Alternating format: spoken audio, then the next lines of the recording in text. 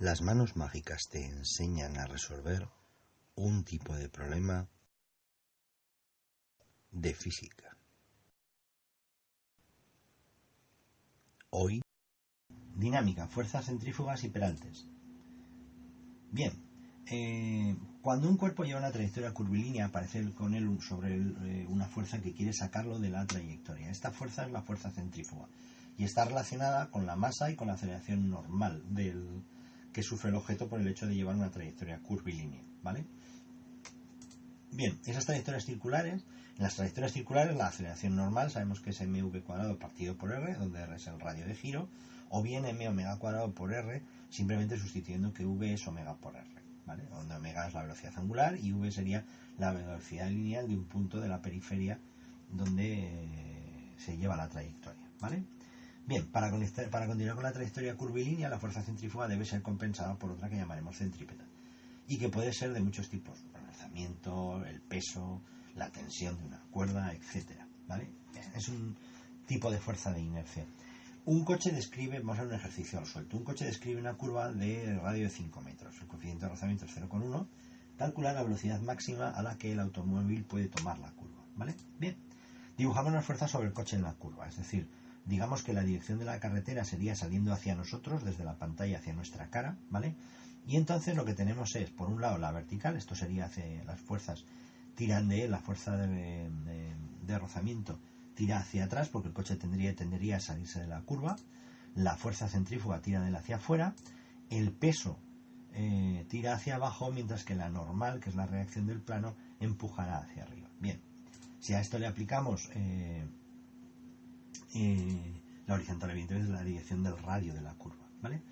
Bien, si aplicamos que la suma de fuerzas debe ser cero para que el coche siga su trayectoria en la curva y no se salga, en el eje vertical n menos mg debe ser cero, luego n es mg, mientras que en el eje horizontal, que sería el del radio de la curva, la fuerza de rozamiento menos la fuerza centrífuga tiene que ser cero. Podríamos escribirlo al revés, si hubiéramos dicho, como casi siempre, vectores que van hacia la derecha positivos menos vectores que van hacia la izquierda negativos, sería fc menos fr. Como comprenderéis, eso nos da igual porque al final es cero. Entonces, sustituyendo la fuerza de rozamiento y la fuerza centrífuga por sus valores, y despejando e igualando, vemos que las masas se pueden ir, por eso no nos lo dan en el problema, y entonces v cuadrado sale el coeficiente de rozamiento por la gravedad y por el radio de la curva, que sustituyendo nos da 2,21 metros por segundo.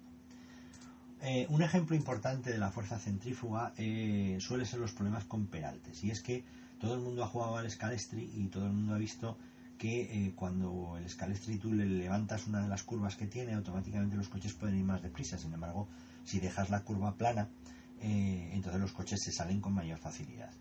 Es como en los circuitos de las 500 millas de Indianápolis y estos sitios donde corren en Norteamérica, que tienen curvas y las curvas las tienen peraltadas para favorecer ir más deprisa en curva, ¿vale? Bien, al levantar el perfil de la curva se forma un plano inclinado y se consiguen varios efectos. El primero es que disminuye la fuerza que quiere sacar el coche de la curva, porque en vez de la fuerza centrífuga es una parte de la fuerza centrífuga. Lo veremos en el dibujo, pero es una componente de la fuerza centrífuga, porque la fuerza centrífuga, como va en la dirección del radio, digamos que va horizontal metido hacia dentro del plano, y entonces deberemos, al descomponerlo en paralela y perpendicular, lo que hacemos es disminuir la fuerza que quiere sacar al coche de la curva. Además, parte de la fuerza centrífuga empuja al coche contra el suelo, de modo y manera que si hay rozamiento, que es lo normal, pues entonces hemos aumentado la normal y por lo tanto aumentamos el rozamiento, que también intentará impedir que el coche se vaya de la curva. Parte del peso, que antes no hacía nada, se opone porque al ir en el plano inclinado hay una componente del peso que se opone a que el coche se salga hacia afuera en la curva y por lo tanto hace que el coche mejore con eso la velocidad. Se pierde algo de la componente del peso contra el suelo y por lo tanto se pierde algo de valor de la normal, pero queda compensado por los tres elementos anteriores, ¿vale? Desde el punto de vista práctico, el problema de una curva con peralte es un problema de un plano inclinado donde se dibuja el peso hacia abajo y una fuerza centrífuga que va con una flecha empujando en la dirección hacia adentro del plano horizontal, ¿de acuerdo? Y vamos a ver un problema sobre esto, ¿vale? Este sería el plano inclinado, el eje paralelo y perpendicular, los ángulos del plano, como ya hemos pintado varias veces, la normal, que se iría hacia arriba, la fuerza de rozamiento, que iría hacia abajo, el peso que iría en la vertical y por tanto se descompondría, como ya vimos en planos inclinados, y ahora además hay una fuerza centrífuga que apunta hacia el interior del plano y que forma un ángulo alfa con la dirección paralela al plano y igual que el del plano inclinado, o por triángulos semejantes, ¿vale?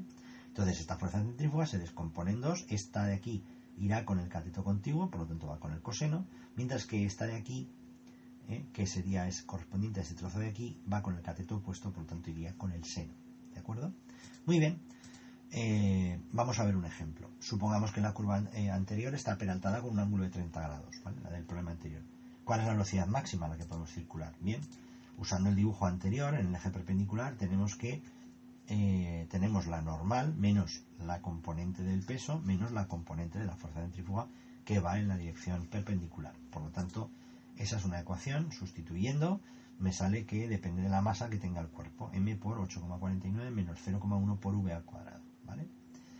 Si ahora nos vamos al eje paralelo y también le obligamos a que sea 0 para no salirnos de la curva, el seno tira hacia abajo, el mu por n también, y la fuerza que intenta sacarlo es la componente de la fuerza centrífuga en la dirección con el coseno.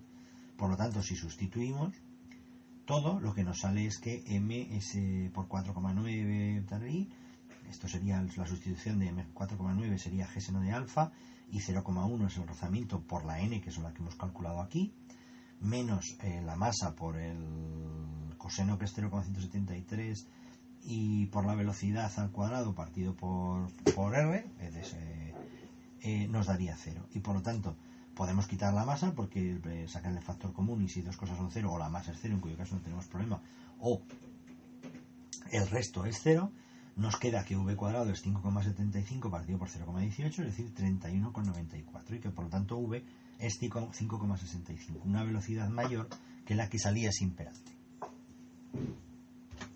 Si tienes alguna duda, mándanosla a la dirección de correo que figura en la pantalla.